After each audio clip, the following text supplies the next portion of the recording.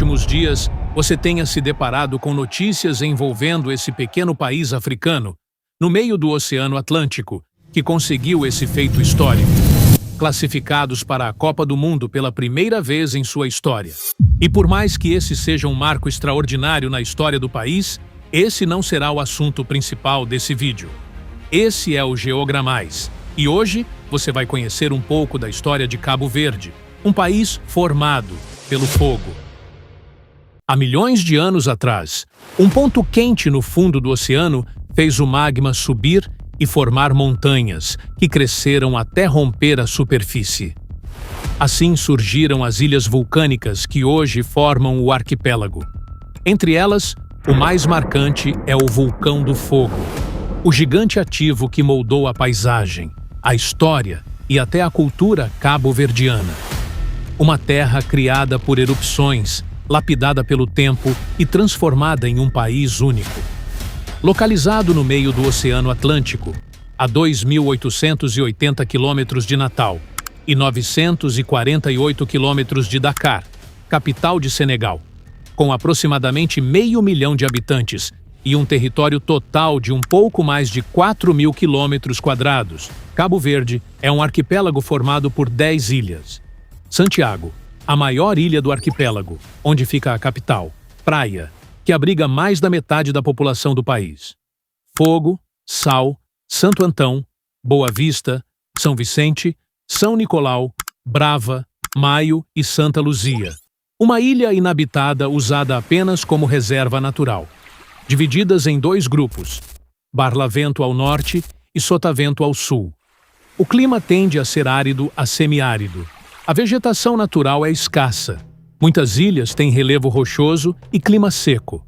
Essa geomorfologia e isolamento moldaram não só o modo de viver, mas toda uma identidade do povo cabo-verdiano, forte, adaptada, com resiliência natural.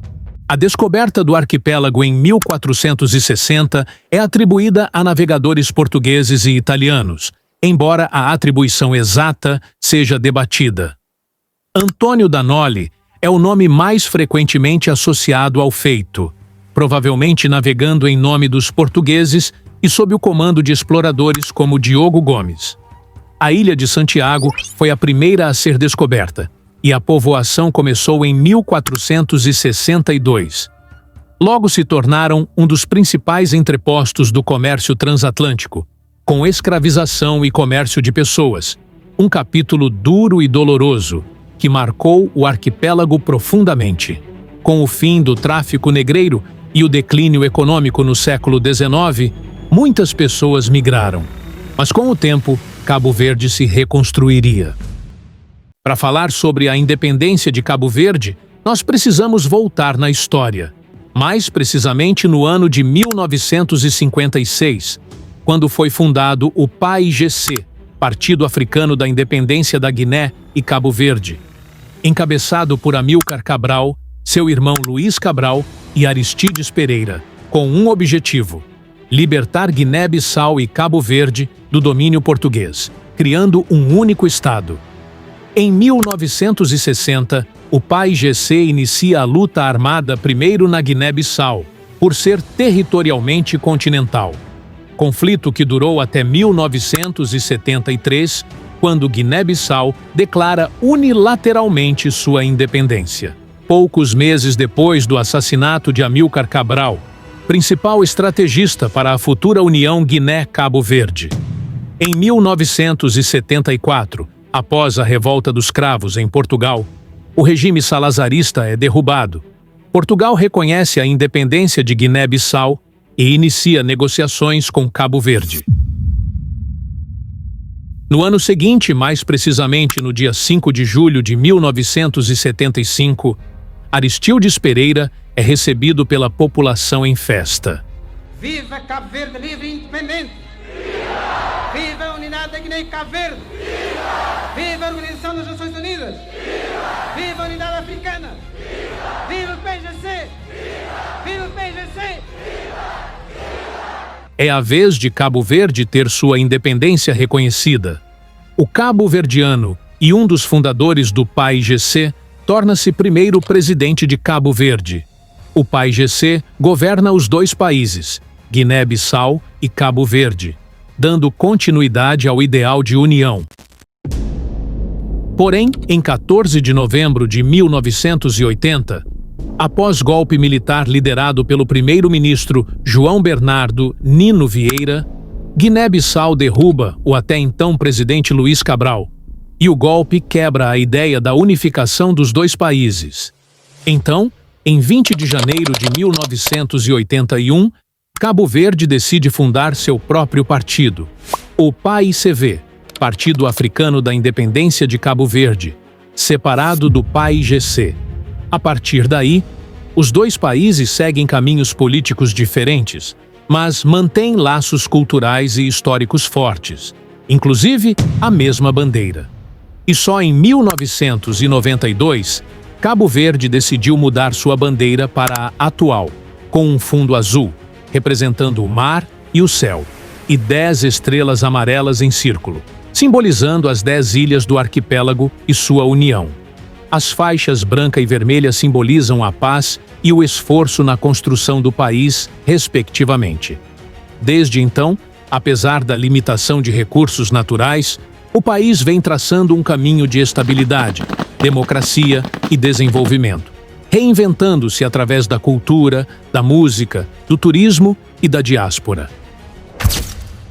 A economia moderna de Cabo Verde é fortemente baseada em serviços, comércio e turismo. O turismo tem papel central. O país atrai visitantes pelo mar, pelas praias, pelas paisagens vulcânicas, pelo sol quase o ano inteiro.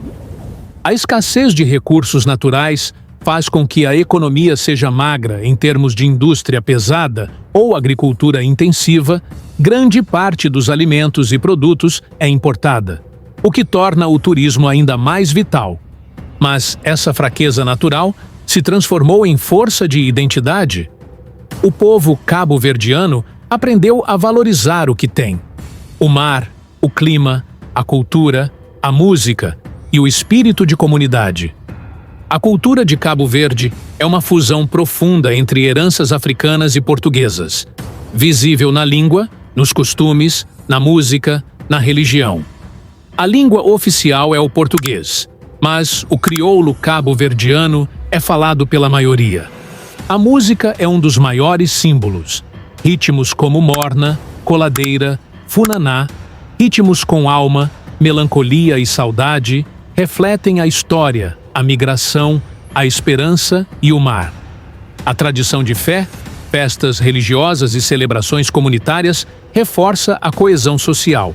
A diáspora cabo-verdiana no mundo espalha a cultura, levando as raízes da ilha para o mundo. Há também o patrimônio histórico. Um destaque: a Cidade Velha, na Ilha de Santiago, com ruínas coloniais, fortalezas, lembranças da colonização e do tráfico. É reconhecida como Patrimônio Mundial da Unesco. Essa ancestralidade, esse passado, mesmo sofrido, molda hoje um povo com identidade, criatividade, força, saudade e alegria ao mesmo tempo. É impossível falar de Cabo Verde sem destacar as belezas naturais. Praias de areia clara, mar azul cristalino, dunas, vulcões, montanhas, cenários áridos e ao mesmo tempo exóticos. Tudo isso nas diferentes ilhas. Ilhas como Sal e Boa Vista são buscadas por quem quer praias, sol e descanso. Para quem ama natureza, montanhas e trilhas, há lugares incríveis. Ilhas como Santo Antão oferecem paisagens únicas, vales verdes contrastando com o clima seco. Já para quem busca história, cultura e alma, a Cidade Velha, com sua importância histórica, suas ruas, suas lembranças da colonização, trazem um impacto emocional forte, um convite à reflexão. Além disso, a música, a gastronomia simples, a simpatia do povo, o clima, tudo se junta para criar uma experiência que vai além de turismo. Uma imersão em identidade, memória e sensibilidade. Cabo Verde enfrenta limitações, poucos recursos naturais, pouca terra cultivável, cerca de 10% da terra é arável. Isso obriga o país a depender de importações, remessas do exterior, turismo e serviços. Uma economia frágil, mas que aprendeu a usar seus trunfos. Localização estratégica, cultura, hospitalidade, mar, sol e identidade. Cabo Verde não é um paraíso fabricado. Não é apenas mar azul e turismo. É memória, resistência e identidade. As ilhas são páginas vivas de uma história que mistura dor e beleza. A cultura é um mosaico de vozes, lamentos e esperanças. Seu povo carrega no sangue a herança de gerações de lutas, migrações e sonhos. Para Cabo Verde, a classificação para a Copa do Mundo não se trata apenas de futebol. É um país pequeno em território, mas enorme em história, mostrando que resistência também constrói futuro. Cada jogo carregou séculos de superação. A história pode marcar o começo, mas nunca o limite de um povo.